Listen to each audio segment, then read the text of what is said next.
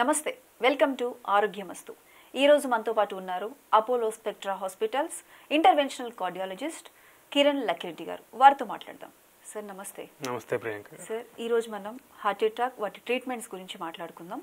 ఆ టాపిక్లోకి వెళ్లే ముందు ఒక్కసారి మనం సిపిఆర్ గురించి తెలుసుకోవాలనుకుంటున్నాం సార్. అసలు ఏంటి ఈ సిపిఆర్ అంటే ఏంటి, అది ఎలా ఉపయోగపడుతుంది మనకి? ఓకే, ఇది అందరూ తెలుసుకోవాల్సిన విషయం అండి యాక్చువల్లీ. ఎందుకంటే ఇది తెలుసుకోవడం వల్ల అట్లీస్ట్ ఎక్కడో అక్కడ ఎవరో ఒకరు ఒక ప్రాణాన్ని అయితే కాపాడగలిగే ఛాన్స్ ఉంటుంది. అంటే అది ఎలా మనిషి ఏ విధంగా ఉన్నా, అంటే అన్కాన్షియస్గా ఉన్న ఎటువంటి, అంటే దేనివల్ల అయినా అయి ఉండొచ్చు. లైక్ హార్ట్ రిలేటెడ్ ప్రాబ్లం అయి ఉండొచ్చు, లేదంటే ట్రామా అంటే యాక్సిడెంట్ అయి పడిపోయి ఉండొచ్చు, లేదంటే ఇంకో విధంగా పడిపోయి ఉండొచ్చు. సో అలాంటి ఏ వ్యక్తినైనా నువ్వు మళ్ళీ లైఫ్ రిటర్న్ బ్యాక్ తీసుకోగలిగే ఒక బేసిక్ ఆయుధం అన్నమాట అది. ఓకే, దాన్ని సిపిఆర్ అంటాం. అంటే యాక్చువల్లీ దీన్ని అంటే ఒక మనిషి అన్కాన్షియస్లో ఉన్నప్పుడు ఆ మనిషికి మనం ఇచ్చే ట్రీట్మెంట్స్ని యూజువల్గా మనం 2 లెవెల్స్లో డివైడ్ చేసామన్నమాట. బిఎల్ఎస్, ఏసీఎల్ఎస్ అంటాం. అంటే బిఎల్ఎస్ అంటే బేసిక్ లైఫ్ సపోర్ట్. అంటే ఒక పర్సన్ అన్కాన్షియస్గా ఉన్నప్పుడు మనం ప్రొవైడ్ చేయాల్సిన ట్రీట్మెంట్ని బేసిక్ లైఫ్ సపోర్ట్ అంటాం. దీని నెక్స్ట్ స్టేజ్ ఇది ఏసీఎల్ఎస్ అంటాం, అంటే అడ్వాన్స్డ్ కార్డియాక్ లైఫ్ సపోర్ట్ అంటాం.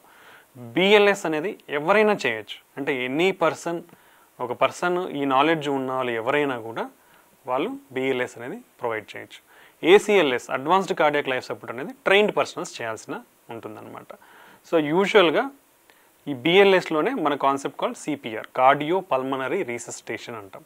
అంటే మన ఊపిరితిత్తులకి, గుండెకి మనము వీఆర్ గివింగ్ లైఫ్ బ్యాక్.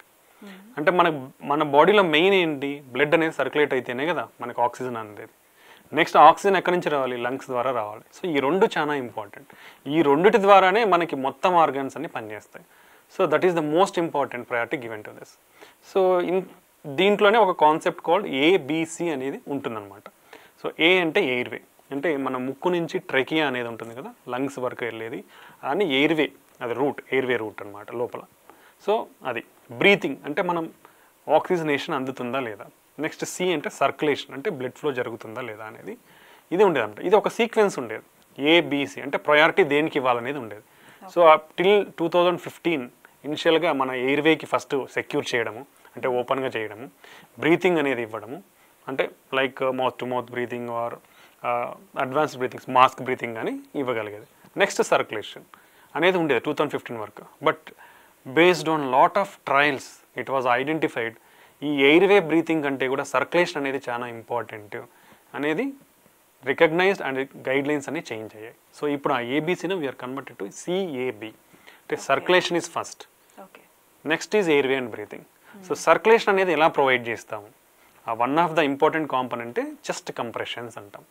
అంటే మన చెస్ట్ మీద, అంటే ఎక్కడైతే మన లెఫ్ట్ సైడ్ ఉంటుందో ఇక్కడ మనము 2 హ్యాండ్స్తో కంప్రెషన్ అనేది ఇవ్వాలన్నమాట. ఇది ఒక ప్రోటోకాల్ ఉంటుంది, దానికి ఎన్ని ఇవ్వాలి, నిమిషానికి ఎంత డెప్త్ ఇవ్వాలనేది. సో ఇక్కడ మన 2 హ్యాండ్స్, అంటే like this is the way, ఒక హ్యాండ్ అనేది మనం ఇట్లా కిందకి పెట్టేసి ఈ హ్యాండ్తో ఈ 2 ఇవి కూడా స్ట్రైట్గా ఉండాలి మనం సిపిఆర్ ఇచ్చేటప్పుడు. ఇలా మనం సిపిఆర్ ఇవ్వగలగాలి. సో ఈ అన్నిటికంటే ఫస్ట్ ఏంటంటే ఇచ్చే ముందర మనం పేషెంట్ని అసెస్ చేయడం. అంటే ఇప్పుడు ఒక పేషెంట్ పడిపోయి ఉన్నాడు, అతను స్పృహ కోల్పోయి ఉన్నాడా లేదంటే ఏంటి అనేది మనం తెలుసుకోవాలి ఫస్ట్.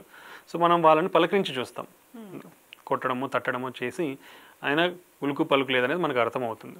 నెక్స్ట్ ఊపిరి పీల్చుకుంటున్నాడా లేదనేది చూస్తాం. మనం ముక్కు దగ్గర పెడితే మనకు అర్థమవుతుంది గాలి వస్తుందా లేదా, లేదా మన చెస్ట్ని అబ్జర్వ్ చేస్తే అర్థమవుతుంది, అంటే రైజ్ అవుతుందా లేదా. మన గాలి పీల్చుకుంటే మన చెస్ట్ కానీ అబ్డాన్ కానీ రైజ్ అవుతూ ఉంటుంది. ఈ రెండింటి ద్వారా మనం కన్ఫర్మ్ చేసుకోవచ్చు. సో మనకు ఊపిరి ఉందా లేదనేది తెలిసిపోతుంది. నెక్స్ట్ థింగ్ ఏంటంటే బ్లడ్ ఫ్లో అనేది ఉందా లేదా అనేది. యూజువల్గా ఏంటంటే మనం ఈ నెక్ దగ్గర ఇక్కడ మనం ఫర్మ్గా ప్రెస్ చేస్తే మనకి మన పల్సేషన్స్ అనేది తగులుతాయి. అంటే ఇక్కడ ట్రెకియా ఉంది కదా, ట్రెకియాకి ఇక్కడ ఒక మజిల్ ఉంటుంది మనకి. ఈ మజిల్ మధ్యలో మనం పాల్పేట్ చేస్తే మనకు పల్స్ అనేది తెలుస్తుంది. లేదా ఇక్కడ పల్స్, ఇక్కడ యూజువల్గా పల్స్ తక్కువ ఉన్నా ఒక్కొక్కసారి ఇది మెయిన్ అనమాట, సెంట్రల్ పల్స్ ఉండే ఛాన్స్ ఉంటుంది. కాబట్టి we only see central pulse. దీన్ని పెరిఫరల్ పల్స్ అంటాం, దీన్ని సెంట్రల్ పల్స్ అంటాం. సో ఈ సెంట్రల్ పల్స్ చూస్తాం. పల్స్ కూడా లేదు, సో మనిషి ఉలుకు పలుకు లేదు, లేదంటే పలకడం లేదు, బ్రీతింగ్ లేదు, మనకు పల్స్ కూడా లేదంటే patient is unconscious and nothing is, అంటే బ్లడ్ ఫ్లో కానీ ఆక్సిజన్ కానీ అందట్లేదు పేషెంట్కి. So then we have to start this CPR, అంటే చెస్ట్ కంప్రెషన్స్. ఈ చెస్ట్ కంప్రెషన్స్ నిమిషానికి 100 to 120 కంప్రెషన్స్ ఇవ్వగలగాలి. 100 to 120 compressions. So you have to maintain that speed. Okay, second thing depth. అంటే మనం at least 4 centimetre 3 to 4 centimetres depth వెళ్ళాలి. ఇప్పుడు ఇది ఉంది, ఆల్మోస్ట్ ఈ మైండ్ డెప్త్ వెళ్ళాలి 3 to సెంటీమీటర్స్. సో ఈ డెప్త్ ఎందుకు అంటే ఆ డెప్త్ వెళ్తేనే మన హార్ట్లో ఉండే బ్లడ్ అనేది బయటికి వెళ్ళి బాడీకి సరఫరా అవుతుంది. నువ్వు మళ్ళీ దాన్ని క్లియర్గా పైకి రావాలా, లేదు నేను ఇక్కడే ఉంటే సో మన బ్లడ్ ఫ్లో అనేది జరగదు. ఎందుకంటే మనం ప్రెస్ చేసినప్పుడు ఆ డెప్త్లో బ్లడ్ అనేది బాడీకి సరఫరా అవుతుంది. మనం అది కంప్లీట్గా రిలీజ్ చేసినప్పుడు బ్లడ్ అనేది మళ్ళీ హార్ట్లోకి వస్తుంది. సో ఇవనేది చాలా ఇంపార్టెంట్. ఎంత డెప్త్ ఇస్తున్నాం, నిమిషానికి ఎంత ఇస్తున్నాం. So 100 to 120 beats per minute, అంటే 120 compressions per minute with around 1.5 to 2 inches depth, అంటే 3 to 4 సెంటీమీటర్స్ డెప్త్ మనం కంప్రెషన్స్ ఇవ్వతే అది కంటిన్యూస్గా చేయగలగాలి. ఓకే, ఒకే మనిషి అలా కంటిన్యూస్గా చేయడం సాధ్యమా అంటే సాధ్యం కాదు. ఓకే, కాబట్టి పక్కన ఎవరన్నా గ్రూపులు కానీ ఉన్నప్పుడు ఒకరి తర్వాత ఒకరు ఇది చేయగలగాలి. అప్పుడే ఆ కంటిన్యూస్ సైకిల్ అనేది జరుగుతుంది. దీంట్లో బ్రేక్ ఇచ్చామనుకోండి, మన బ్రెయిన్ అరౌండ్ 4 to 5 minutes తర్వాత ఇఫ్ బ్లడ్ ఆక్సిజన్ అందకపోతే it will die off. After that the recovery will not be good. So ఈ సైకిల్ అనేది బ్రేక్ కాకూడదు. సో ఈ చెస్ట్ కంప్రెషన్ అనేది కంటిన్యూస్గా ఇవ్వగలగాలన్నమాట. సెకండ్కి 2 కంప్రెషన్స్ ఇవ్వాల్సి వస్తుంది. 100 to 120. 100 to 120 per minute ఇవ్వాలి. Okay, at the same time we should activate the emergency services. Either call 108 ambulance. ఇప్పుడు ఒకరు చేస్తూ ఉన్నప్పుడు ఇంకొకరు అది ఇమీడియట్గా దాన్ని వాళ్ళు అంబులెన్స్ హెల్ప్ తీసుకొని మనకి ఏవైతే ఎమర్జెన్సీ సర్వీస్ ఉన్నాయో they should able to come in time. అంతవరకు కూడా మనము ఈ చెస్ట్ కంప్రెషన్స్ అనేది కంటిన్యూ చేయగలిగితే దెర్ ఈజ్ ఎ ఛాన్స్. ఇంకోటి బ్రీతింగ్ అంటాం. ఎయిర్వే అనేది సెక్యూర్ చేసేసి, అంటే మనం కొంచెం చిన్ అప్ చేస్తే మన ఎయిర్వే ఉన్నప్పుడు క్లోజ్ అయ్యే ఛాన్స్ ఉంటుంది ఇక్కడ మన ఫారింగ్స్ కానీ ఇలా. సో కొంచెం చిన్ అప్ చేసి breathing most of the time mouth breathing తప్ప ఇంకోటి ఏది ఇవ్వగలిగే ఛాన్స్ చాలా తక్కువే ఉంటుంది. సో అది చాలామంది చేయడానికి కూడా ఇట్స్ వెరీ డిఫికల్ట్, ఎవరు కూడా ముందుకు రాకపోవచ్చు. సో అందుకోసమే చెస్ట్ కంప్రెషన్ అనేది చాలా ఇంపార్టెంట్ అయింది మన కాంపోనెంట్. సో అలాంటి సిచ్యుయేషన్లో బ్రీతింగ్ ఇవ్వాల్సిన సిచ్యుయేషన్స్ ఉంటే మనం ఒక కర్చీఫ్ అయినా కానీ ఒక క్లాత్ అయినా అడ్డం పెట్టి we can try our maximum to give. So but అది లేకపోయినా చెస్ట్ కంప్రెషన్స్ అనేది అయితే ఇంటరప్ట్ చేయకుండా కంటిన్యూస్గా ఇవ్వగలిగితే దెర్ ఈజ్ ఎ ఛాన్స్ మనకు పేషెంట్ని రివైవ్ చేయగలిగే ఛాన్స్ అయితే ఉండొచ్చు. So when ever the emergency personal comes they will take care of all the airway. వాళ్ళు వచ్చిన వెంటనే వాళ్ళు ఎయిర్వే బ్రీతింగ్ సెక్యూర్ చేసుకోగలరు కాబట్టి they will do that job. ఇది మనం కంటిన్యూ చేయగలిగితే మనం ఒక మనిషి ప్రాణాన్ని కాపాడగలిగే ఛాన్స్ ఉండొచ్చు. ఎవరైనా చేయొచ్చు సార్? ఎవరైనా చేయొచ్చు, మినిమం నాలెడ్జ్. ఇప్పుడు lot of doctors are showing lot of videos in explaining, awareness programmes కూడా కండక్ట్ చేస్తూ ఉన్నారు. So everybody should try to learn that. Not a big job కదా, కంప్రెషన్స్ చేయడం అనేది బిగ్ జాబ్ ఏమైతే కాదు. సో అందరూ కూడా దాన్ని నేర్చుకొని ట్రై చేయాలి. ఎక్కడైనా ఒక మనిషి ప్రాణాన్ని కాపాడగలిగే ఛాన్స్ వాళ్ళ చేతిలో ఉంటుందన్నమాట. So that is the importance. Okay sir, అయితే ఇప్పుడు మనం ట్రీట్మెంట్స్కి వెళ్తే కనుక ఈ హార్ట్ అటాక్కి ట్రీట్మెంట్స్ ఎలా ఉంటాయి, ఎన్ని రకాలుగా ఉంటాయి? ఓకే, యూజువల్గా హార్ట్ అటాక్ వస్తే మనకు ఆల్రెడీ డిస్కస్ చేసిందంటే మన బ్లడ్ వెజల్స్లో బ్లాక్స్ ఉంటాం అనమాట. సో ఈ బ్లాక్స్ ఉన్నప్పుడు మనకు ట్రీట్మెంట్స్ మేజర్గా ఉండేది 2. ఒకటి పీటీసీఆర్, పీసీఏ, పర్క్యూటేనియస్ ట్రాన్స్లిమినల్ యాంజియోప్లాస్టీ అంటాం, అంటే స్టంటింగ్, అంటే కొరనరీ స్టంటింగ్ అంటాం అందరికీ అర్థమయ్యే భాషలో. రెండోది CABG, coronary artery bypass grafting అంటాం. చాలా మంది మనం వాడుకలో ఉన్న భాష బైపాస్ సర్జరీ అంటాం, లేదా ఓపెన్ హార్ట్ సర్జరీ అంటాం అనమాట. ఓపెన్ హార్ట్ సర్జరీ అంటే చాలా వస్తాయి, స్పెసిఫిక్గా దీనికి ఇచ్చేదాన్ని మనం బైపాస్ సర్జరీ అని పిలుస్తాం అనమాట. ఇది సో ఫస్ట్ దీంట్లో మనం తెలుసుకోవాల్సింది ఏంటంటే ఎంత పర్సంటేజ్ ఆఫ్ బ్లాక్స్ ఉంటే ట్రీట్మెంట్ తీసుకోవాలి, అది ఇంపార్టెంట్. అది అందరూ తెలుసుకోవాలి, ఎందుకంటే వాళ్ళ ఆరోగ్యం వాళ్ళ చేతిలో ఉండాలి ఎప్పటికి కూడా. సో యూజువల్గా మన బ్లాక్స్ డివైడ్ చేస్తాం, యూజువల్గా up to 30, 30 to 50, 50 to 70, 70 to 90, 100% ఇట్లా. సో మన బ్రాడ్గా 3 గ్రూప్స్గా డివైడ్ చేస్తాం, treatment based groups. Less than 50% blocks ఉన్నాయనుకోండి, స్టంటింగ్ కానీ బైపాస్ కానీ ఏమీ అవసరం లేదు. లెస్ దాన్ 50% ఉంటే మెడికల్ థెరపీ మాత్రమే సరిపోతుంది. సో లెస్ దాన్ 50% బ్లాక్స్కి మందులతోనే మనం ట్రీట్ చేయొచ్చు అనమాట. అది first point. Second thing, stent or bypass ఎప్పుడు requirement? More than 70 to 80%, more than 70 to 80% blocks ఉంటే స్టంటింగ్ కానీ లేదా బైపాస్ కానీ చేయించుకోవాల్సిన కంపల్సరీ అయితే ఉంది, నెగ్లెక్ట్ చేయడానికి లేదు. మరి 50 to 70% బ్లాక్స్ ఉంటే ఏం చేయాలి సార్ అనేది లాట్ ఆఫ్ పీపుల్. 50 to 70% ఉన్నప్పుడు ఏంటంటే మనకి ఆ బ్లాక్ వల్ల మనకి ఇబ్బంది ఉందా లేదా అనేది తెలుసుకోవడం చాలా ఇంపార్టెంట్. ఎందుకంటే అకార్డింగ్ టు స్టడీస్ 50 to 70% బ్లాక్స్లో అన్ని బ్లాక్స్ కూడా మనకి ప్రాబ్లం క్రియేట్ చేయవు. అంటే నడిస్తే ఆయాసం రావడం, నొప్పి రావడం క్రియేట్ చేయవు. మనం వర్క్ చేసినప్పుడు కూడా మన బ్లడ్ ఫ్లో బాగానే అందుతుంది. సో ఎవరిలో ప్రాబ్లం అవుతుంది, ఎవరిలో ప్రాబ్లం కాదనేది మనం చూసి చెప్పలేం. దానికే we are having lot of test. Invasive test అంటాం, నాన్ ఇన్వేజివ్ టెస్ట్ అంటాం. ఇన్వేజివ్ టెస్ట్ అంటే ఫిజియలాజికల్ స్టడీస్ అంటాం. అంటే ఈ బ్లాక్ వల్ల కింద మనము ఒక పేషెంట్ని ఎక్సర్సైజ్కి కానీ స్ట్రెస్కి కానీ గురి చేసినప్పుడు బ్లడ్ అనేది సరిగా అందుతుందా లేదా అనేది టెస్ట్ చేస్తాం. దాన్ని ఎఫ్ఎఫ్ఆర్ కానీ, ఐఎఫ్ఆర్ కానీ, క్యూఎఫ్ఆర్ కానీ ఇలా లాట్ ఆఫ్ ఇండిసిస్ ఉన్నాయి మనకి. ఓకే, ఆ టెస్ట్లు చేసిన తర్వాత దాంట్లో కొన్ని వాల్యూస్ ఉంటాయి. అంటే ఒక టార్గెట్ వాల్యూ ఉంటుంది. ఈ వాల్యూ కంటే తక్కువ ఉంటే స్టంట్ చేయాలి, ఈ వాల్యూ కంటే ఎక్కువ ఉంటే అవసరం లేదనేది ఉంటుంది. సో ఈ 50 to 70% బ్లాక్ ఉన్న వాళ్ళు ఆ టెస్ట్లు చేయించుకున్న తర్వాత తీసుకుంటేనే వాళ్ళకి కరెక్ట్ ట్రీట్మెంట్ అనేది అందుతుంది.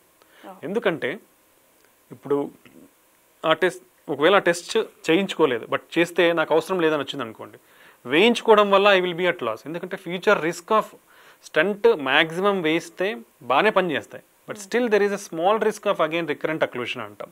అంటే ఈవెన్ 1%, 2% ఉండేది కూడా రిస్క్ తీసుకోకూడదు కదా. సో అన్నెసెసరీగా వేయించుకున్నట్లే అవుతుంది అనమాట. సో ఆ టెస్ట్ చేయించుకోకుండా తీసుకుంటే అన్నెసెసరీ స్టంట్ వేయించుకున్నట్టు, లేదా ఎక్కడైతే అవసరం ఉన్న చోట మనం వేయించుకోకుండా మళ్ళీ రిస్క్లో ఉన్నట్లు. So 2 are dangerous. కాబట్టి ఈ ఫర్దర్ టెస్టింగ్ అనేది చేయించుకొని మనకు అవసరమా లేదా అని తెలుసుకొని చేయించుకుంటేనే మనం కరెక్ట్ వైద్యం అనేది ఉంటుంది.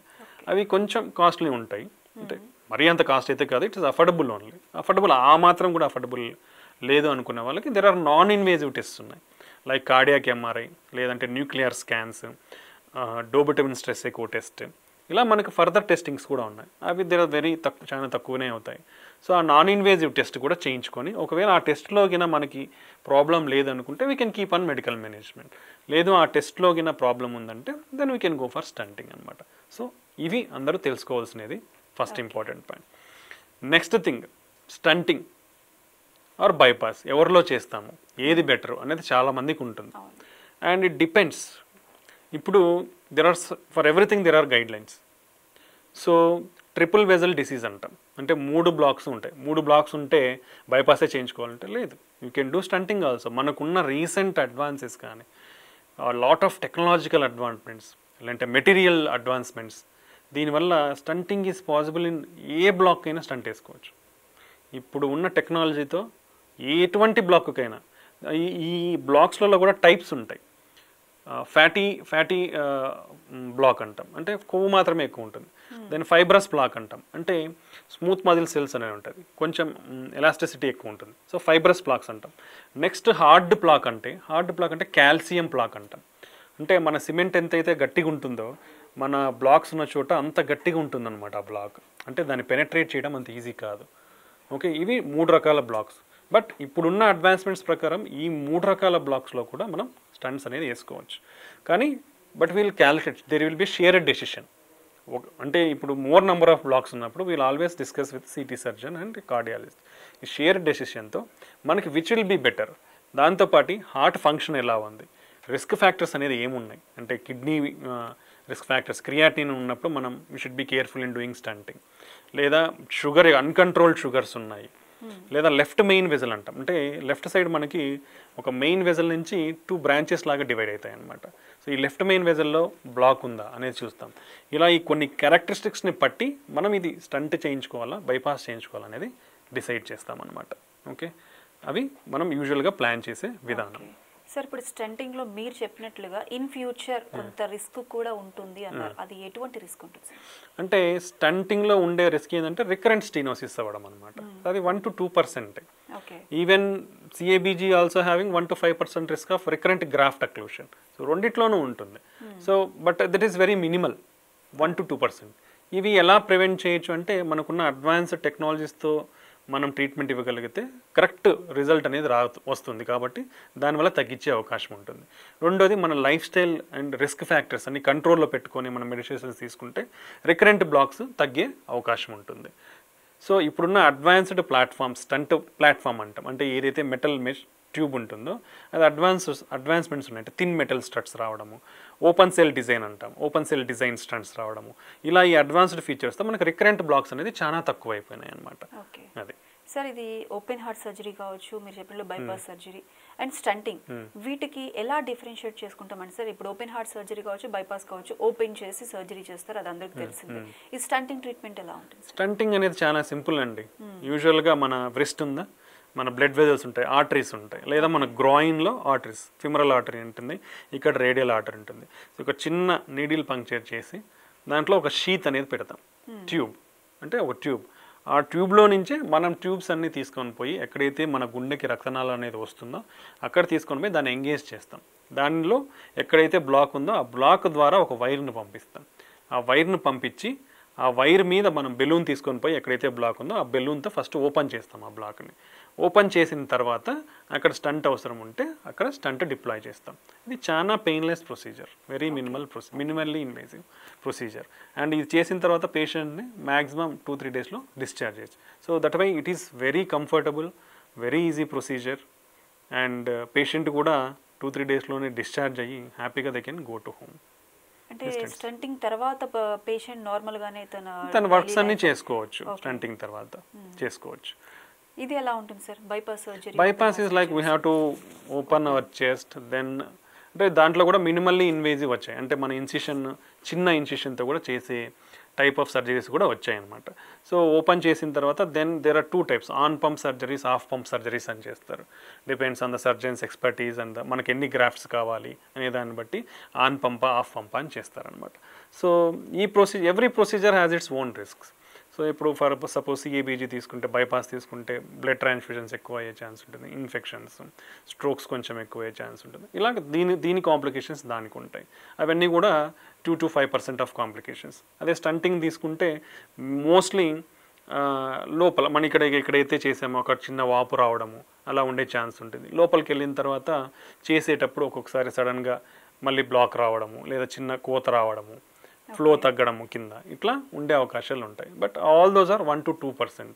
సో రెండిటికి దాని అడ్వాంటేజెస్, రెండిటికి దాని డిసడ్వాంటేజెస్ ఉన్నాయి. బట్ యూజువల్గా up to 4 number of stents మనం okay we can do if the lesions are simple lesions. మనకున్న బ్లాక్స్ సింపుల్ బ్లాక్స్ ఉన్నాయి, 3-4 స్టంట్స్ కూడా వేయించుకోవచ్చు, not a problem. Okay if it is requiring more then 5, 6, 7 అనుకోండి, multiple blocks అన్నీ ఉన్నాయనుకోండి, it's better to go for a surgery. Okay so చాలా మందికి ఏంటంటే మనకున్న స్కీమ్స్ కానీ గవర్నమెంట్ స్కీమ్స్ ఉన్న దాంట్లో minimum limitation of stents 2 stents available approval ఉంటుంది మనకి. సో అందరు కూడా 2 స్టంట్సే వేయించుకోవాలనే కాన్సెప్ట్లో ఉంటారు. బట్ ఏ గైడ్లైన్స్లో కూడా ఇన్ని స్టంట్లు మాత్రమే వేయించుకోవాలనేది ఎక్కడా లేదు. ఏ గైడ్లైన్స్, ఎనీ యూరోపియన్ కానీ యూఎస్ గైడ్లైన్స్ కానీ ఎక్కడ కూడా you can do any number of stents. వాళ్ళ గైడ్లైన్స్ ప్రకారం నీకు బ్లాక్ ఉంది, దానికి స్టంట్ వేయచ్చు అంటే యూ కెన్ డూ స్టంట్స్. 3 స్టంట్లు వేయించుకున్నావు, నాకు మళ్ళీ బ్లాక్ వచ్చింది, మళ్ళీ కూడా వేయించుకోవచ్చు. It depends on the factors. మనకి దానికి అంటే ఈ బ్లాక్స్ అనేది ఎందుకు వస్తున్నాయి, దాని మెకానిజం అనేది మనం ఐడెంటిఫై చేసి దానికి కరెక్ట్ ట్రీట్మెంట్ ఇవ్వగలగాలన్నమాట. సో అదే అనమాట. సరే స్టంట్స్లో కూడా డిఫరెన్సెస్ ఉంటాయా?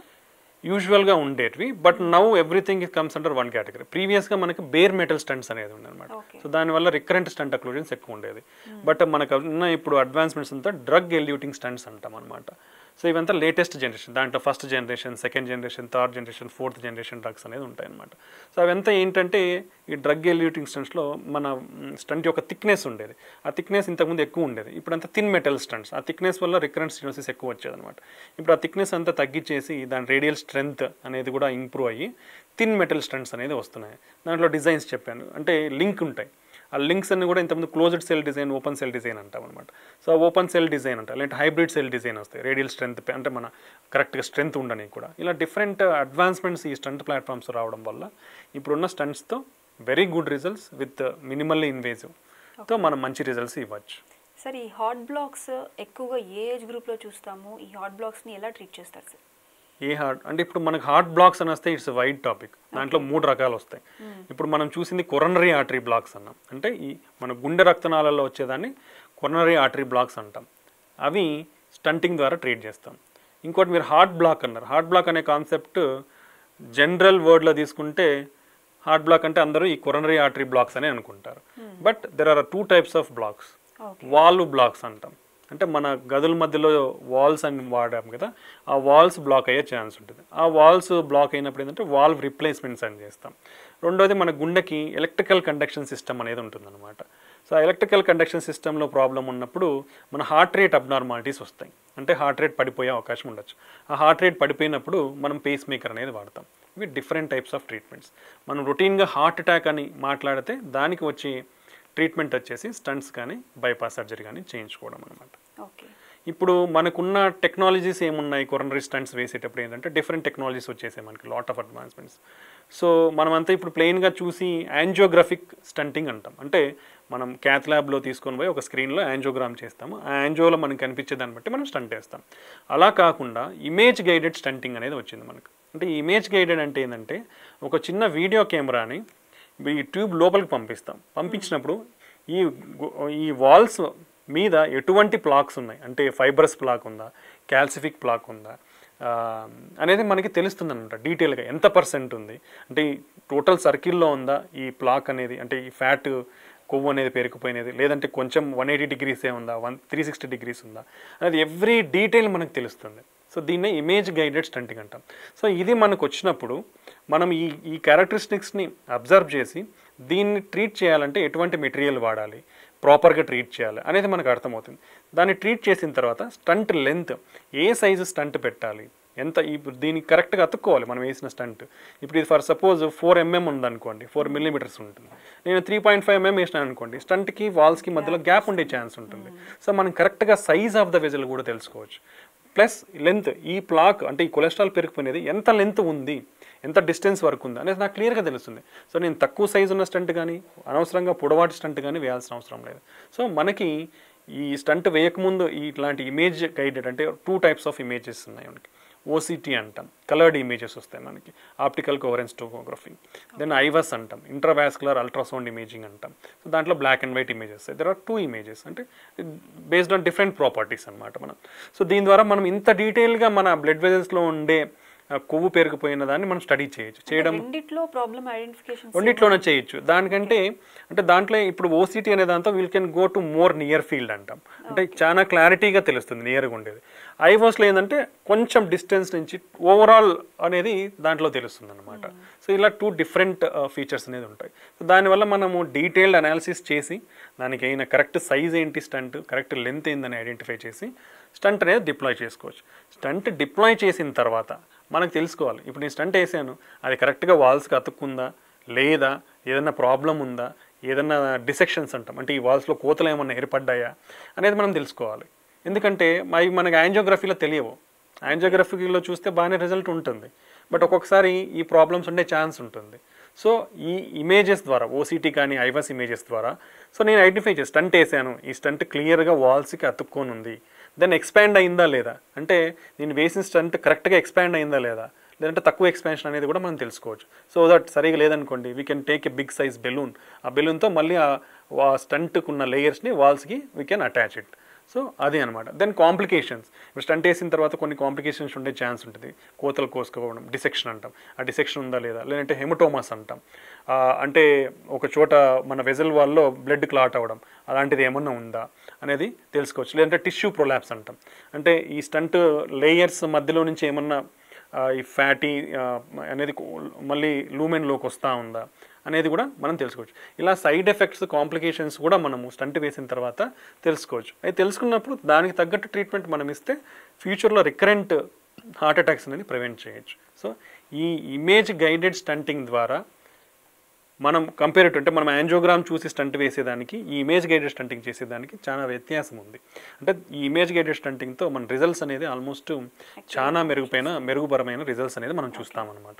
So that's why lot of guidelines, European కానీ అమెరికన్ సొసైటీ గైడ్ లైన్స్, ఇప్పుడున్న గైడ్ లైన్స్ అన్ని కూడా they preferred you do with image guided stenting so that will have long lasting better results. ఈ long results అనేది మనకి better ఉంటుంది, పేషెంట్కి recurrent మళ్ళీ ప్రొసీజర్ చేయాల్సిన అవసరం అనేది తగ్గుతుంది అనేది మనకు ఇప్పుడు సూచిస్తున్నాయి. సార్, ఈ యాంజియోగ్రామ్ అనేది ఎప్పుడు చేస్తారు, అందులో ప్రాబ్లం ఎంతవరకు ఐడెంటిఫై చేయొచ్చు? యాంజియోగ్రామ్ అనేది is the definitive test for మన గుండె రక్తనాళాల్లో ఉండే బ్లాక్స్కి డెఫినేటివ్ టెస్ట్. సో దాంట్లో క్లియర్గా మనకి బ్లాక్ ఉందా లేదా అనేది తెలిసిపోతుంది. ఎంత పర్సెంట్ ఉంది, ఇప్పుడు ఆల్రెడీ మనం పర్సెంటేజెస్ మాట్లాడుకున్నాం, ఎంత పర్సెంట్ ఉంది అనేది క్లియర్గా ఐడెంటిఫై అయిపోతుంది మనకి. ఇది ద ఫైనల్ టెస్ట్. సో ఎవరికి చేస్తాము, ఎవరికైతే ఛాతీ నొప్పి వస్తుంది, ఆయాసం వస్తుంది, నడిస్తే నాకు కొన్ని మెట్లు వేస్తేనే నేను ఒక ఫ్లైట్ ఆఫ్ ఒక ఫ్లోర్ ఆఫ్ స్టెప్స్ ఎక్కుతనే నాకు ఆయాసం వస్తుంది, ఛాతి నొప్పి వస్తుంది, నా వల్ల కావట్లేదు, స్వెట్టింగ్ వస్తుంది అంటే they are indicated for angiogram. లేదు బీపీ షుగర్ ఉంది, నాకు మైల్డ్ పెయిన్ అనిపిస్తూ ఉంది, సో అట్లాంటి వాళ్ళకు కూడా we suggest angiogram test. So దీంట్లో కూడా ఒక రిస్క్ క్యాల్కులేట్ చేస్తాం, low risk, intermediate, borderline risk, high risk అని.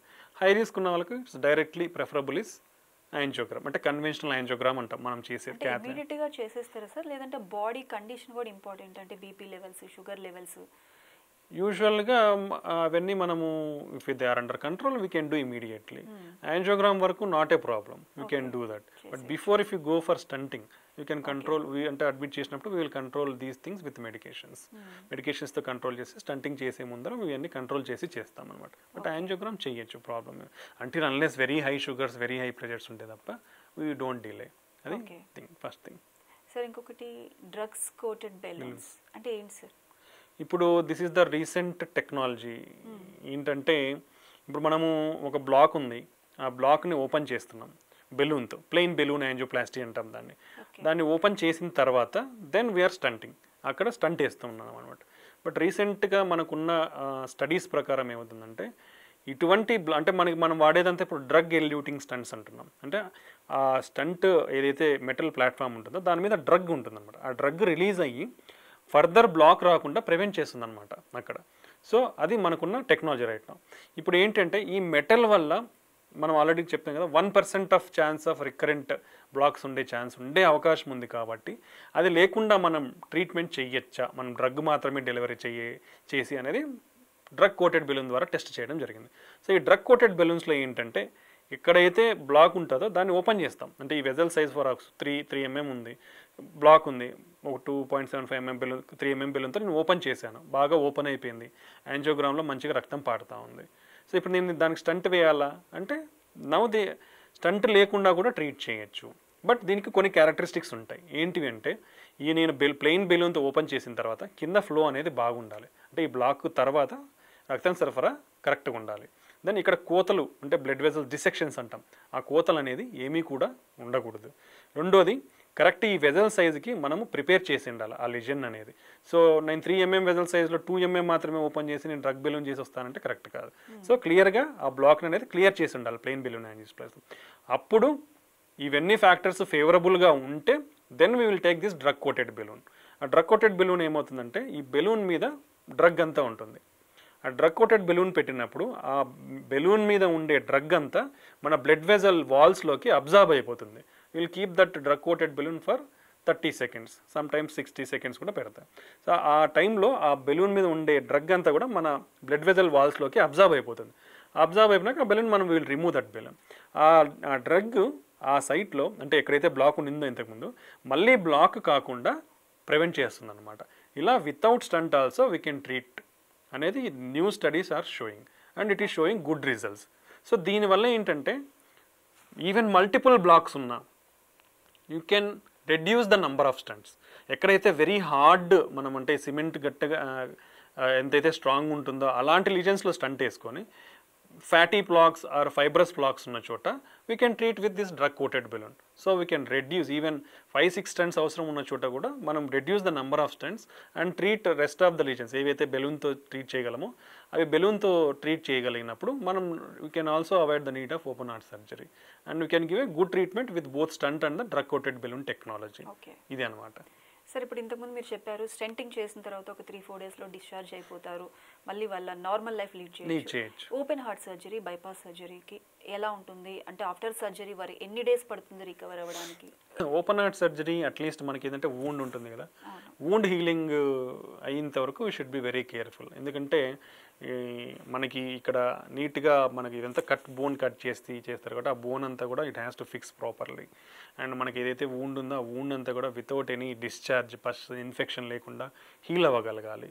So it will take minimum around 1 month to 1.5 months మనకు పడుతుంది అదంతా కానికి. సో అంతవరకు we should not do any అంటే మనం స్టర్నస్ హెవీ వర్క్స్ కానీ హెవీ వెయిట్స్ లిఫ్ట్ చేయడం కానీ అలాంటివి ఏమీ చేయకూడదు. అండ్ వాళ్ళకి ఆ పెయిన్ కూడా ఉంటుంది కాబట్టి so they will usually restrict there activities అనేది ఉంటుంది.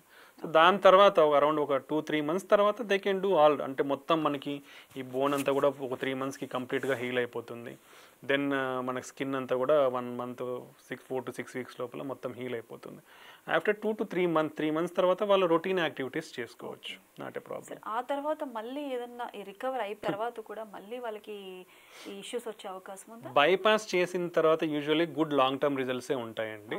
But some times graft failures కూడా, అంటే బైపాస్ అంటే ఏంటంటే ఇక్కడ ఒక బ్లాక్ ఉంది, ఈ బ్లాక్ను దాటి నేను వేరే ఒక బ్లడ్ వెజల్ని తీసుకొని, ఎక్కడైతే మనకు మెయిన్ బ్లడ్ వెజల్ అయోటా అంట, మన బాడీకి అంతా బ్లడ్ సప్లై అయ్యేదో అయోటా నుంచి సప్లై అవుతుంది. సో ఇంకో బ్లడ్ వెజల్ని ఈ అయోటాకి కనెక్ట్ చేసి దాన్ని ఈ బ్లాక్ ఎక్కడైతే ఉంటుందో ఆ బ్లాక్ కిందికి వచ్చి నేను కనెక్ట్ చేస్తాను. సో నీకు ఇక్కడ నుంచి బ్లడ్ రాదు, ఈ గ్రాఫ్ట్ ఏదైతే నుంచో దీన్ని వస్తుంది. సో ఇది ఈ బ్లాక్ను బైపాస్ చేస్తే మనం ఇస్తున్నాం కాబట్టి దీన్ని బైపాస్ గ్రాఫ్టింగ్ అంటాం అనమాట. సో ఇది ఓపెన్ హార్ట్ సర్జరీలో మెకానిజం మనం చేసేది. ఈ విధంగా మనం ట్రీట్ చేస్తాం. సో ఒక్కొక్కసారి ఇలాంటి గ్రాఫ్ట్స్ కూడా ఫెయిల్ అయ్యే ఛాన్స్ ఉంటాయి.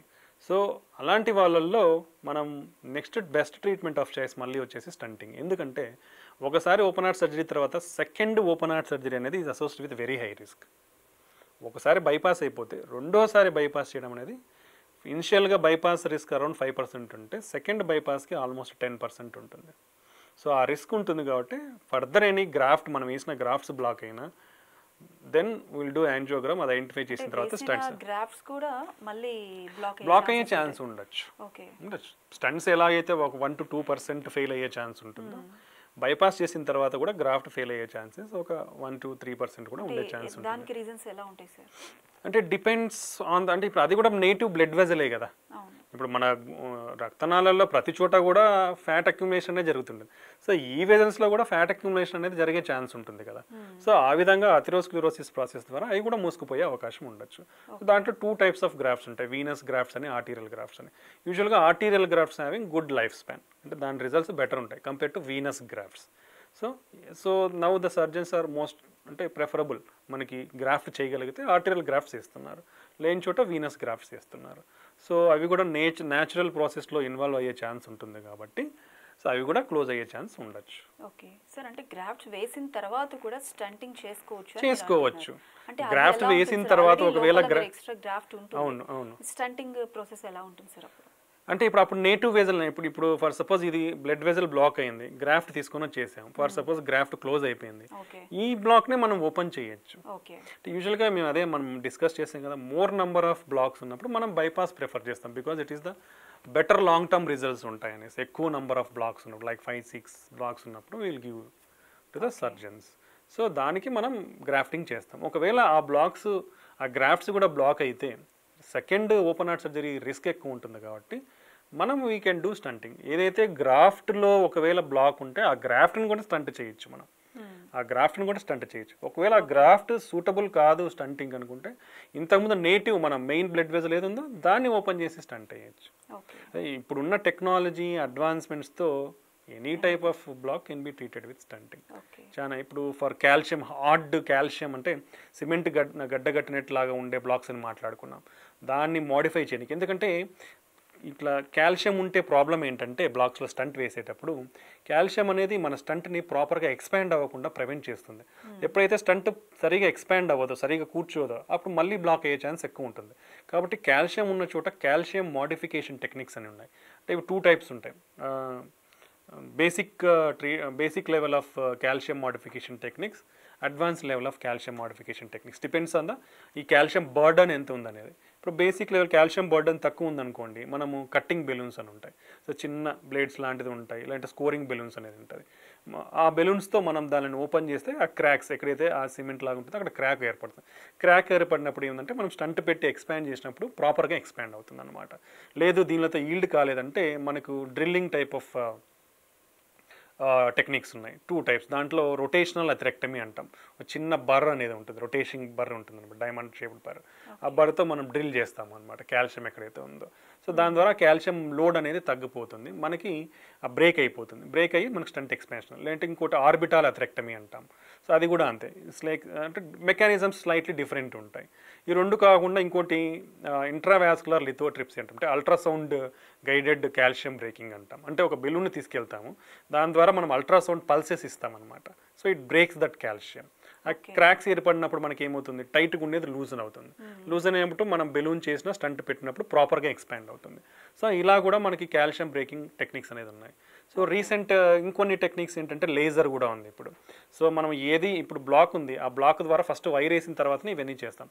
వైర్ కూడా వెళ్ళట్లేదు బ్లాక్లో, అంటే లేజర్ ద్వారా ఎక్కడైతే ఆ బ్లాక్ ఉందో మనం లేజర్తో ట్రీట్ చేస్తే విల్ గెట్ సమ్ మనకు కొంచెం బ్లాక్ ఏదైతే అనేది మాడిఫై అయిపోయి మనకు వే దొరుకుతుంది. ఆఫ్టర్ లేజర్ మనం వైర్ వేసేసుకొని you can do all these other things. So laser కూడా we're using in treating the coronary block. Laser తోనే బ్లాక్ కంప్లీట్ గా క్లియర్ చేయడం కాదండి, లేజర్ తో we're modifying the block. Okay, అంటే హార్డ్ బ్లాక్స్ మోడిఫై చేస్తున్నాం. అలా కాకుండా ఇప్పుడు ఓన్లీ బ్లడ్ క్లాట్సే ఉన్నాయనుకోండి, అలాంటి సిచ్యుయేషన్లో బ్లడ్ క్లాట్స్లో కొంచెం ఓన్లీ లేజర్తోనే మోడిఫై ఛాన్సే ఉంటుంది. అలా కాకుండా ఇప్పుడు హెవీ క్లాట్ బర్డన్, అంటే బ్లడ్ రక్తం గడ్డగట్టేది చాలా ఎక్కువ ఉందనుకోండి, we're having new system called Penumbra CAT RX system అని ఉంది. సో ఆ బ్లడ్ క్లాట్ మొత్తం కూడా వీ కెన్ యాస్పిరేట్. సో ఆ బ్లడ్ మొత్తం యాస్పిరేట్ చేసిన తర్వాత నీకు అండర్లయింగ్ ఎక్కడ ఏమీ పెద్ద మేజర్ బ్లాక్ లేదనుకోండి, we can do drug coated balloon or we can leave on medical management. Okay. So these are all the advanced techniques we are having nowadays. ఎందుకంటే బ్లడ్ క్లాట్ బర్డన్ ఎక్కువ ఉన్నప్పుడు మనం ఏం చేసినా రిజల్ట్ బ్యాడ్ ఉంటుంది. So అలాంటి సిచ్యుయేషన్స్లో ఈ new పెనంబ్రా CAT RX system వాడితే మనం కంప్లీట్గా ఆ బ్లడ్ క్లాట్ని ఆ వెజల్లో నుంచి వీ కెన్ సక్షన్ అనమాట. అప్పుడు మనకు ఫ్లో అనేది చాలా మంచిగా ఇంప్రూవ్ అయ్యే ఛాన్స్ ఉంటుంది. So there are lot of technological advancements like that. Everything can be open, everything can be treated with our advanced techniques with drug coated balloons, stenting, everything. మంచి platforms కానీ మంచి material అనేది మనకి అవైలబిలిటీలో ఉంది ఇప్పుడు. సరే, ఇంకోటి ఎంగేజ్లో వారికి కూడా ఈ బ్లాక్స్ అనేవి చూస్తూ ఉంటారు. అవును. ఓకే, వారికి ఎందువల్ల వస్తుంటుంది సార్? ఇప్పుడు ఎంగేజ్లో వాళ్ళలో మోస్ట్లీ రీసెంట్లీ ఈ వీకే I had done one in 35 years ఒకరిలో, 40 years ఒకరిలో చూసాం. ఆ 35 yearsలో ఉన్న అతనికి ఏంటంటే he is a chronic smoker. So అతనికి యాంజియోగ్రామ్ చేసినాక ఫుల్ బ్లడ్ క్లాట్ ఉంది. సో మంచిగా బ్లడ్ థిన్నర్స్ అన్నీ ఇచ్చాం, ఒక 2 days అయినా కూడా క్లియర్ కాలేదు. దెన్ నెసెసిటీ స్టంట్ కంపల్సరీ పెట్టాల్సిన అవసరం. సో అది 40 ఏళ్ళు అతనికి చూస్తే హీఈస్ ఒబీస్, అతనికి డయాబెటీస్ ఉంది, హైపర్ టెన్షన్ ఉంది. సో అతనిలో కూడా మెయిన్ వెజల్ ఒకటి మేజర్ బ్లాక్ అయింది. సో దాన్ని నీట్గా ఓపెన్ చేసి ఎక్కడైతే స్టంట్ అనేది పెట్టగలిగాం. సో ఈ యంగ్స్టర్స్లో కూడా సేమ్ మనం ఆల్రెడీ మాట్లాడుకున్నట్లే smoking is one of the main factor. Second thing early onset diabetes, then abdominal obesity, ఊబకాయం ఇది, దెన్ అదర్ స్ట్రెస్ కావడం కానీ, పొల్యూషన్, జెనెటికల్ ఫ్యామిలీ హిస్టరీ ఉండడం, ఇవి కారణాలు. సబ్స్టెన్స్ డ్రగ్ అబ్యూస్, ఇవి యంగ్స్టర్స్లో ఎక్కువ. అలా కాకుండా కొందరిలో బ్లడ్ క్లాటింగ్ అబ్నార్మాలిటీస్ కూడా ఉండొచ్చు. బ్లడ్ క్లాటింగ్ అబ్నార్మాలిటీస్ అంటే క్లాట్ అయ్యే టెండెన్సీ ఎక్కువ ఉండొచ్చు. సో దాన్ని మనం ఐడెంటిఫై చేయగలిగి దానికి ట్రీట్మెంట్ ఇవ్వగలగాలి. నెక్స్ట్ థింగ్ కొరనరీ ఆర్టరీస్, కొందరిలో కంజెంటల్గానే చాలా లావుగా ఉండే ఛాన్స్ ఉంటుంది, వాళ్ళు కూడా more prone to blood clotting అనమాట. సో ఇలా కూడా ఉండే అవకాశం ఉంటుంది యంగ్స్టర్స్లో. సో ఇవి యంగ్స్టర్స్లో కొంచెం ఎక్కువగా రానికి వచ్చే కారణాలు అనమాట. సో వాళ్ళల్లో యూజువల్గా యంగ్స్టర్స్లో యూజువల్లీ బ్లడ్ క్లాట్ వల్ల వచ్చే అవకాశం ఎక్కువ ఉంటుంది కాబట్టి థ్రాంబోలైటిక్ ట్రీట్మెంట్, అంటే మనం స్టంట్ కాకుండా అక్యూట్ హార్ట్ అటాక్స్లో మనము థ్రాంబోలైసిస్ అనేది కూడా చేస్తాం. సో వాళ్ళలో ఆ ట్రీట్మెంట్ వల్ల కూడా బెనిఫిట్ అయ్యే ఛాన్స్ ఉండి స్టంట్ వేయాల్సిన అవసరం కూడా తగ్గే అవకాశం ఉంటుంది అనమాట. సో మనం ఆ బ్లడ్ క్లాట్ని మాత్రం ట్రీట్ చేయగలిగి తర్వాత మనకి పెద్ద అండర్లయింగ్ బ్లాక్ అనేది లేకుంటే మనం వాళ్ళని ఏదో డ్రగ్ కోటెడ్ బెలూన్ టెక్నాలజీ కానీ లేదంటే మెడికల్ మేనేజ్మెంట్ పెట్టి we can avoid the stunting also in youngsters. Okay sir, ఈ స్టంటింగ్ కావచ్చు, ఈ మీరు చెప్పినట్లుగా బైపాస్ సర్జరీస్ కావచ్చు, ముఖ్యంగా ఈ హెరిడిటీ, ఈ జెనెటిక్ వారికి ఎంతవరకు ఛాన్సెస్ చూస్తూ ఉంటారు? డెఫినెట్లీ ఇంక్రీజ్ రిస్క్ అయితే బాగానే ఉంటుందండి. ఫ్యామిలీ హిస్టరీలో ఎవరికైనా మనం ఆల్రెడీ చెప్పాం, లెస్ దాన్ 65 years ఇన్ ఫీమేల్స్లో హార్ట్ అటాక్, లేదా మేల్స్లో లెస్ దాన్ 55 yearsలో హార్ట్ అటాక్ వచ్చిన వాళ్ళు ఎవరన్నా ఉంటే వాళ్ళ ఫ్యామిలీలో they are more prone to high risk only. So we will treat them as a high risk. So వాళ్ళు they should practice very healthy lifestyle from the early age and they should screen early age నుంచే. They should better screen. Cholesterol యూజువల్గా ఎప్పుడు screen చేయాలంటే ఈ family history of cholesterol ఉన్న వాళ్ళకి high cholesterol ఉన్న వాళ్ళకి 21 ఇయర్స్ ఏజ్ వచ్చినాకనే మనం యంగ్స్టర్స్లో కొలెస్ట్రాల్ అబ్నార్మాలిటీ ఉందా లేదా అని స్క్రీన్ చేయాల్సి ఉంటుంది. అప్పుడు ఒకవేళ నార్మల్ ఉంటే then we can repeat after 5 years. But early onset screening is important. అదే ఫ్యామిలీ హిస్టరీ ఆఫ్ డయాబెటీస్ ఉందంటే better start at early age. Lot of early age diabetes చూస్తూ ఉన్నాం మనం. So they are all at increased risk. So early age screening వల్ల we can early identify, యంగ్స్టర్స్లో ఎర్లీగా మనం risk factors identify చేసి దాన్ని మనం ట్రీట్ చేయగలం అనమాట. ఓకే సార్, ఓవరాల్ ఈ ట్రీట్మెంట్స్ తర్వాత ఐ మీన్ స్టెంటింగ్ కావచ్చు, సర్జరీ కావచ్చు, తర్వాత ఎటువంటి ప్రివెన్షన్ తీసుకోవాలి, ఎటువంటి ఫుడ్ హ్యాబిట్స్ కానీ, రెగ్యులర్ చెకప్స్ ఎలా ఉండాలి, ఎప్పుడెప్పుడు చేయించుకోవాలి? యూజువల్లీ స్టంటింగ్ చేసిన తర్వాత కానీ బైపాస్ చేసిన తర్వాత కానీ for initially we'll follow up like monthly up to or twice month, 2 నెలలకు ఒకసారి కానీ నెలకు ఒకసారి కానీ we'll follow. If the patient is doing fine up to 2 to 3 visits, every month వచ్చాడు 3 visits is fine, no problem, then we will monitor every 2nd or 3rd monthly. Up to 1 year if he is doing, 1 to 2 years if he is doing fine. After that we can follow annual checkups. So bypass కూడా అంతే, until wound heal అయ్యేంత వరకు you should be on regular follow up like every 15 days. ఒకసారి after 1 month wound అంతా బాగానే ఉంది, no discharge అంటే you can follow up to monthly ఒకసారి 3 months వరకు. If everything is fine every 3 monthsకి ఒకసారి we have to follow them. Then వచ్చినాక we will always assess their risk factors. వాళ్ళ బీపీ కానీ షుగర్ కానీ కంట్రోల్లో ఉన్నాయా, కొలెస్ట్రాల్ కంట్రోల్లో ఉందా, ఇవన్నీ చూస్తాం. Healthy life style measures suggest చేస్తాం, రెగ్యులర్ ఎక్సర్సైజ్ చేయమని చెప్తాం, ఫుడ్ హ్యాబిట్స్ చెప్తాము. స్మోకింగ్ ఒకవేళ మళ్ళీ లాట్ ఆఫ్ పీపుల్, అంటే లాట్ అందరూ కాదు కానీ కొందరు కంటిన్యూ చేస్తారు smoking, alcohol. We will insist them to stop smoking and to stop alcohol intake. దాంతోపాటు we will advise them to take the blood thinners and cholesterol lowering drugs. ఏవైతే రక్తం పల్చనాయికి ఇచ్చే మెడిసిన్స్ ఉన్నాయో, కొలెస్ట్రాల్ తగ్గించే మెడిసిన్స్ ఉన్నాయో, అవి they have to take throughout the life long వాళ్ళు తీసుకోవాలనే చెప్తాం. ఎవరికి కూడా ఇంకో సజెషన్స్ ఇవ్వం, because they have to take. చాలామంది కొన్ని సంవత్సరాలు వాడి మానేసే వాళ్ళు ఉంటారు, చాలామంది మాకు చెప్పలేదని చెప్తా ఉంటారు మాకు. బట్ ఎవ్రీ పర్సన్ ఒకసారి హార్ట్ అటాక్, స్టంట్ అయినా కానీ బైపాస్ అయినా కానీ కంపల్సరీగా లైఫ్ లాంగ్ రక్తం పల్చిన అయ్యే మెడికేషన్స్, కొలెస్ట్రాల్ తగ్గించే మెడికేషన్స్ వాడాల్సిందే. దాని తర్వాత మన హార్ట్ ఫంక్షన్ బట్టి మనం కొన్ని మెడికేషన్స్ ఇస్తాం. ఇప్పుడు హార్ట్ ఫంక్షన్ నార్మల్ ఉందనుకోండి, వాళ్ళకి ఏమి స్పెసిఫిక్ మెడికేషన్స్. ఒకవేళ హార్ట్ ఫంక్షన్ తగ్గిందనుకోండి, వాళ్ళకి ఆ హార్ట్ ఫంక్షన్ అంటే డిసీజ్ మోడిఫైయింగ్ డ్రగ్స్ అంటాం. హార్ట్ ఫంక్షన్ ఇంప్రూవ్ అవ్వడానికి కొన్ని మెడికేషన్స్ ఇస్తాం. సో అలా హార్ట్ ఫంక్షన్ అనేది తక్కువ ఉన్న వాళ్ళకి మనం ఎవ్రీ మంత్ వాళ్ళ హార్ట్ ఫంక్షన్ మానిటర్ చేస్తాం, మనం ఇచ్చే మెడికేషన్స్తో ఇంప్రూవ్ అవుతుందా లేదా అనేది. ఓకే, అది చాలా ఇంపార్టెంట్.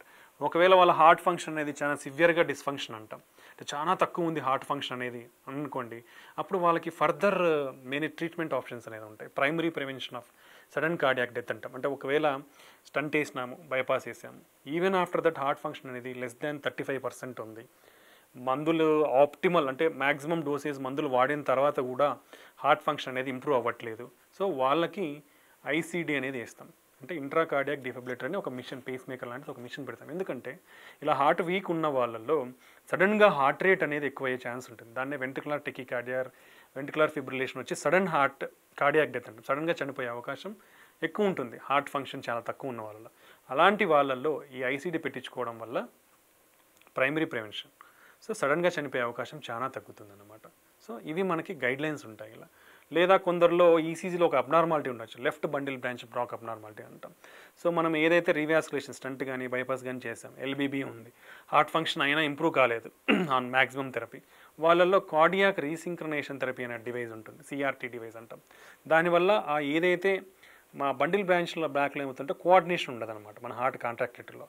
ఆ కోఆర్డినేషన్ని మనం కొంచెం కరెక్ట్ చేస్తాం. అది చేయడం వల్ల హార్ట్ ఫంక్షన్ ఇంప్రూవ్మెంట్ అయ్యే ఛాన్స్ ఉండొచ్చు. సో ఒకసారి ఇవి చేసిన తర్వాత కూడా హార్ట్ ఫంక్షన్ని రెగ్యులర్గా ఫాలో చేసి దానికి తగ్గట్టు కూడా ట్రీట్మెంట్ తీసుకోవాల్సిన అవసరం ఉంటుంది. సో కొందరిలో హార్ట్ ఫంక్షన్ బాగా ఇంప్రూవ్ అవుతుంది, నార్మల్ అయ్యే ఛాన్స్ ఉంటుంది, వాళ్ళలో regular medical therapy is enough అనమాట. సార్, చాలామంది లెఫ్ట్ హ్యాండ్ లాగుతుంది అంటే కొంత భయపడుతూ ఉంటారు. ఇది హార్ట్కి సంబంధించిన ఇష్యూ ఏదైనా వచ్చే ముందు అలాంటి సిమ్టమ్స్ కనిపిస్తాయి అంటూ ఉంటారు. అందులో ఎంతవరకు వాస్తవం ఉంది? అంటే సమ్ టైమ్స్ హార్ట్ పెయిన్ అంటే హార్ట్ అటాక్ రిలేటెడ్ పెయిన్ అలా ప్రజెంట్ అయ్యే అవకాశం కూడా ఉంది. బట్ ప్రతి ఒక్కరిలోనూ అది హార్ట్ రిలేటెడ్ పెయిన్ అనేది చెప్పలేము, ఎందుకంటే దాన్ని సర్వైకల్ యాంజైనా అంటాం. అంటే యూజువల్గా పెయిన్ ఈ షోల్డర్ పెయిన్ ఉండడం కానీ లేదా ఈ హ్యాండ్ లాగడం కానీ ఇలా చెప్తుంటారు. బట్ మెజారిటీ ఆఫ్ ద పేషెంట్స్లో డ్యూ టు పూర్ మన సిట్టింగ్ పోస్చర్ సరిగా లేకపోవడము, సర్వైకల్ స్పాండైలోసిస్ వల్ల కూడా మనకి రాడికులోపతి అంటాం, అలా కంప్రెషన్ రూట్ కంప్రెషన్స్ వల్ల కూడా ఈ పెయిన్ వచ్చే అవకాశం ఉంటుంది. బట్ అది మనం ఎప్పుడు సిగ్నిఫికెంట్గా తీసుకుంటాము అంటే ఛాతీ నొప్పితో పాటు చెయ్యి లాగుతుందా అనేది ఒక కన్సిడరేషన్, లేదా చెయ్యి లాగినప్పుడు ఛాతీ నొప్పి లేకపోయినా స్వెట్టింగ్స్ ఏమన్నా ఉన్నాయా, వామిటింగ్ సెన్సేషన్ ఏమన్నా వచ్చిందా, సో ఇలాంటివి అసోసియేటెడ్ సిమ్టమ్స్ ఉన్నప్పుడు మనం సిగ్నిఫికెంట్గా తీసుకుంటాం. లేదు ఏజ్ ఒకవేళ మోర్ దాన్ 40, 50, 60 ఉంది, సో హార్ట్ అటాక్ రిస్క్ ఉంటుంది వీళ్ళలో, ఏజ్డ్ ఉన్న వాళ్ళలో, బీపీ షుగర్ ఉన్నాయి వీళ్ళలో హార్ట్ అటాక్ రిస్క్ ఉండే ఛాన్స్ ఉంటుంది. సో అలాంటి వారిలో మనం ఈ చెయ్యి లాగుతుంది అన్నప్పుడు కన్సిడరేషన్ చేయాల్సిన అవసరం అయితే ఉంది, ఎందుకంటే రిస్క్ ఫ్యాక్టర్స్ ఉన్నాయి కాబట్టి అలా ప్రజెంట్ అయ్యే ఛాన్స్ ఉండొచ్చు. అలాంటి వాళ్ళలో బేసిక్ టెస్టింగ్ మనం ఈసీజీ ఒకటి తీసుకుంటే తెలిసిపోతుంది. ఈసీజీలో నార్మల్గా ఉంది, మేజర్ ప్రాబ్లం ఏం లేదంటే it's fine, acute heart attack అయితే లేదు. సో దెన్ మనము హార్ట్ ఫంక్షన్ ఎలా ఉందనేది మనం ఎక్కువ స్కాన్లో తెలిసిపోతుంది. లేదా ఇంకా సిగ్నిఫికెంట్ అనిపిస్తే మనం ట్రెడ్మిల్ టెస్ట్ ఒకటి చేసుకోవచ్చు. ట్రెడ్మిల్ టెస్ట్ చేస్తే మనకు క్లారిటీగా తెలిసిపోతుంది ఇది హార్ట్ రిలేటెడ్ ఉందా లేదా అనేది. సో ఈ basic test, heart related basic టెస్ట్లు అంటే ఫస్ట్ వచ్చేది ECG, second 2D echo scan, మూడోది ట్రెడ్మిల్ టెస్ట్. ఈ 3 టెస్ట్లతో మన ప్రాబ్లం ఏమన్నా ఉంటే మ్యాక్సిమం తెలిసిపోతుంది. ఇవన్నీ కూడా నార్మల్ ఉండి అయినా కానీ సిగ్నిఫికెంట్ పెయిన్ ఉంది, ఈ రిస్క్ ఫ్యాక్టర్స్ ఉన్న ఏజ్ ఉన్నప్పుడు final test is angiogram test. ఇదన్నమాట. సార్ హార్ట్ అటాక్కి ఇప్పుడు ఏదైనా హార్ట్ అటాక్ వచ్చినప్పుడు మనం మెడికేషన్తో క్లియర్ అవుతుందా, లేదు స్టంటింగ్కి వెళ్ళాలా, లేదు స్టంటింగ్తో అయిపోతుందా, సర్జరీకి వెళ్ళి నిజంగా ఆ డెసిషన్ మేకింగ్ అనేది పేషెంట్ ఎలా తీసుకోవాలి, మీరు ఇచ్చే సజెషన్స్ ఏంటి? We always guide the patient, because మనము బ్లాక్స్ ఉన్నప్పుడు మనం ఆల్రెడీ చెప్పాము పేషెంట్కి ఎవరికి ఐడియా ఉండదు కదా ఎంత బ్లాక్ ఉంటే ఏంటనేది. అందుకే this is my educational view, అంటే పేషెంట్ కూడా తెలుసుకుంటే మంచిదనే ఉద్దేశంతోనే ఇవన్నీ చెప్తున్నాను నేను. సో పేషెంట్కి బ్లాక్స్ ఉంటే ఎటువంటి బ్లాక్స్, ఎంత % బ్లాక్స్ ఉన్నాయనేదే మనం కన్సిడర్ చేస్తాం. 50% బ్లాక్స్ ఉంటే అవసరం లేదు, మెడిసిన్స్తోనే we can treat them. But medications మీద ఉండి 50% బ్లాక్స్ అలానే ఉంటాయా, ప్రోగ్రెస్ కావా అంటే there is the chance of progression also. But at that point of time 50% బ్లాక్స్కి అయితే స్టంట్స్ అయితే అవసరం లేదు. ఒకవేళ ప్రోగ్రెస్ అయినాయి, మీ ప్రాబబ్లీ మందులు సరిగా వాడకపోవడం వల్లనో, లేదా బీపీ షుగర్ కంట్రోల్ అవ్వట్లేదు. ఇప్పుడు ఈవెన్ బీపీకి షుగర్కి మందులు వాడుతున్నా కానీ కంట్రోల్ ఉండదు చాలామందికి, ఎందుకంటే రెగ్యులర్ ఫాలోఅప్స్లో ఉండరు, దాని రెగ్యులర్ మానిటరింగ్ అనేది చేసుకోవాల్సి ఉంటుంది, ఫుడ్ హ్యాబిట్స్ అనేది సరిగా మెయింటైన్ చేయకపోవడం వల్ల. సో ఇవి కంట్రోల్ అయినప్పుడు ఆ 50% బ్లాక్స్ మనం మందులు వాడుతున్నా కానీ ప్రోగ్రెస్ అయ్యే ఛాన్స్ అయితే ఉంటుందన్నమాట. Because that is atherosclerosis disease అనే process, it is continuous process. ఈరోజు ఉండేది మనం మందులు తీసుకుంటే తగ్గుతుందని కాదు, మందులు తీసుకుంటే డెఫినెట్లీ తగ్గుతుంది, బట్ స్టిల్ మనము అదర్ రిస్క్ ఫ్యాక్టర్స్ అన్ని కూడా కంట్రోల్లో ఉన్నప్పుడే అవంతా కంట్రోల్లో ఉంటాయి అన్నమాట. సో ఇలా 50% బ్లాక్స్ ఉన్న వాళ్ళల్లో medical treatment, 80 to 90% compulsory stenting or bypass. నేను స్టంట్స్ వేయించుకోనంటే your life style will bread. 80% block అనేది ఎప్పుడైనా సడన్గా మూసుకుపోవచ్చు. 10% బ్లాక్ సడన్గా మూసుకుపోవడానికి, 80% బ్లాక్ సడన్గా మూసుకుపోవడానికి, 80% బ్లాక్ సడన్గా మూసుకుపోయే ఛాన్స్ ఎక్కువ ఉంటుంది. కాబట్టి 80 to more than 70 to 80% blocks ఉన్న వాళ్ళు కంపల్సరీ స్టంటింగ్ ఆర్ ఇది అయితే అడ్వైస్. చాలామంది సార్ ఎన్ని రోజుల్లో చేయించుకోవాలి, ఒకసారి ప్రాబ్లం ఐడెంటిఫై చేసిన తర్వాత ఇమీడియట్గా చేయించుకుంటే మంచిది. బికాస్ ఏదైతే టైం గ్యాప్ ఉంటుందో ఆ టైం గ్యాప్లో నీకు స్ట్రెస్ ఎక్కువ అవ్వచ్చు, అన్కంట్రోల్డ్ షుగర్స్ అవ్వచ్చు, లేదా బీపీ ఎక్కువ అవ్వచ్చు. అలాంటి ఏ సిచ్యుయేషన్ అన్ఫేవరబుల్గా ఉన్నా నువ్వు ట్రీట్మెంట్ చేసే టైంలోనే నువ్వు మళ్ళీ హార్ట్ అటాక్ వచ్చే ఛాన్స్ ఎక్కువ ఉంటుంది. సో వన్స్ అంటే మనకు తెలిసింది బ్లాక్స్ ఉన్నాయి, సిగ్నిఫికెంట్ బ్లాక్స్ ఉన్నాయి అని తెలిసినప్పుడు డిలే చేయడం అనేది it's not suggestable. So immediately బ్లాక్కి ట్రీట్మెంట్ అనేది తీసుకుంటే you will be in the safer side అనమాట. సో దట్ ఈస్ లేదు మనం ఆల్రెడీ మాట్లాడుకున్నాం 50 to 70% బ్లాక్, మనం చాలా టెస్టులు మాట్లాడుకున్నాం, ఎఫ్ఎఫ్ఆర్ టెస్ట్ కానీ లేదంటే కార్డియాక్ ఎంఆర్ఐ, ఈ విధంగా మనం చేయించుకొని దాంట్లోకి ఇండికేషన్ ఉంటే చేయించుకోవచ్చు, లేదంటే మందులు వాడుకోవచ్చు. సో ఇలా పేషెంట్ వాళ్ళకి doctors will guide them what to do. అలాంటి సిచ్యుయేషన్స్లో ఒకవేళ నాలెడ్జ్ తెలుసుకుంటే ఇంకొంచెం వాళ్ళకి ఈజీగా అర్థమయ్యి వాళ్ళు కరెక్ట్ డిసిషన్ తీసుకోగలరు. Right sir. హార్ట్ అటాక్కి ట్రీట్మెంట్స్ ఎలా ఉంటాయి, ఏ విధంగా వాటిని చేయించుకున్న తర్వాత ఎటువంటి కేర్ తీసుకోవాలి, వివరంగా తెలియజేశారు. Thank you sir. Thank you అండి. ఇది ఇవాల్టి ఆరోగ్యమస్తు. మరో టాపిక్తో మళ్ళీ కలుద్దాం. Until then keep watching 9 to 9 TV.